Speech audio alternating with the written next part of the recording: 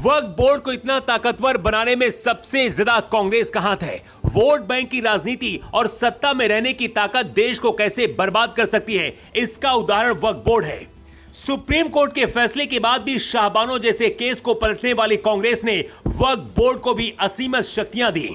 और जब मोदी सरकार इन शक्तियों को कम करना चाहती है तो इंडिया गठबंधन और कांग्रेस इसका विरोध करती है। लेकिन अब भारत में सनातन बोर्ड बनने की तैयारी शुरू हो गई है। ये कैसे हो रहा है, इसे समझिए। कथावाचक देवकीनंदन ठाकुर ने 16 नवंबर को दिल्ली चलो का ऐलान किया है। बागेश्वर बाबा ने भी इसका समर्थन किया। पंडित धीरेन्द्र शास्त्री पहले ही हिंदू देश बनाने की मांग करते रहे, लेकिन उससे पहले सनातन बोर्ड को बनाने की तैयारी अब शुरू हो गई है। देवकीनंदन ठाकुर ने कहा है, बड़े बड़े धर्माचार्य दिल्ली जुटेंगे और सनातन बोर्ड के साथ ही कृष्ण जन्मभूमि निर्माण की मांग करेंगे। देवकीनंदन ठाकुर ने कहा कि अब देश में गजवाए हिंद नहीं, भगवाए हिंद की बात होगी और ये यात्रा सनातनियों को जगाने के लिए है।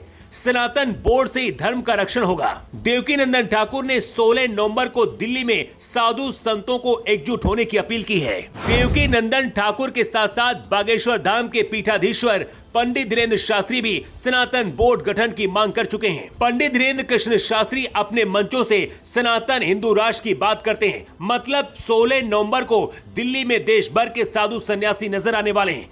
दिल्ली जाने का मतलब है कि मोदी कुछ न कुछ समाधान निकालेंगे। जानकर आपको हैरानी होगी कि दुनिया में 57 मुस्लिम देश हैं, लेकिन कहीं भी वक्फ बोर्ड जैसी कोई भी चीज नहीं है। लेकिन भारत में जहां सबसे ज्यादा हिंदू हैं, वहां वक्फ बोर्ड चल रहा है। इस वक्फ बोर्ड के पास अरबों की संपत्ति है। दिल्ली के कई मंदिरों पर वक्फ बोर्ड दावा ठोक चुका है। तमिलनाडु के तिरुचिरापल्ली जिले के तिरुचेथुरई गांव में वक्फ बोर्ड ने 1500 साल पुराने मंदिर पर मालिकाना हक का दावा कर चुका है। इससे आप समझ सकते हैं कि वक्फ बोर्ड के नाम पर देश में क्या चल रहा है। मोदी सरकार वक्फ एक्ट में करीब 40 संशोधन करके शक्तियों को कम करना चाहती है, जिसका विरोध पूरे देश में मौलवी और मौलाना कर रहे हैं। लेकिन अब मोदी सरकार को ताकत देने के लिए देश के साधु संत और कथावाचक मैदान में उतर आए हैं। हिंदू संगठन वक्फ बोर्ड की तरह अब सनातन बोर्ड की मांग कर रहे हैं और इसी मांग को पूरा करने के लिए देवकीनंदन ठाकुर हो या फिर बागेश्वर बाबा 16 नवंबर को दिल्ली कूच करने का ऐलान किया है।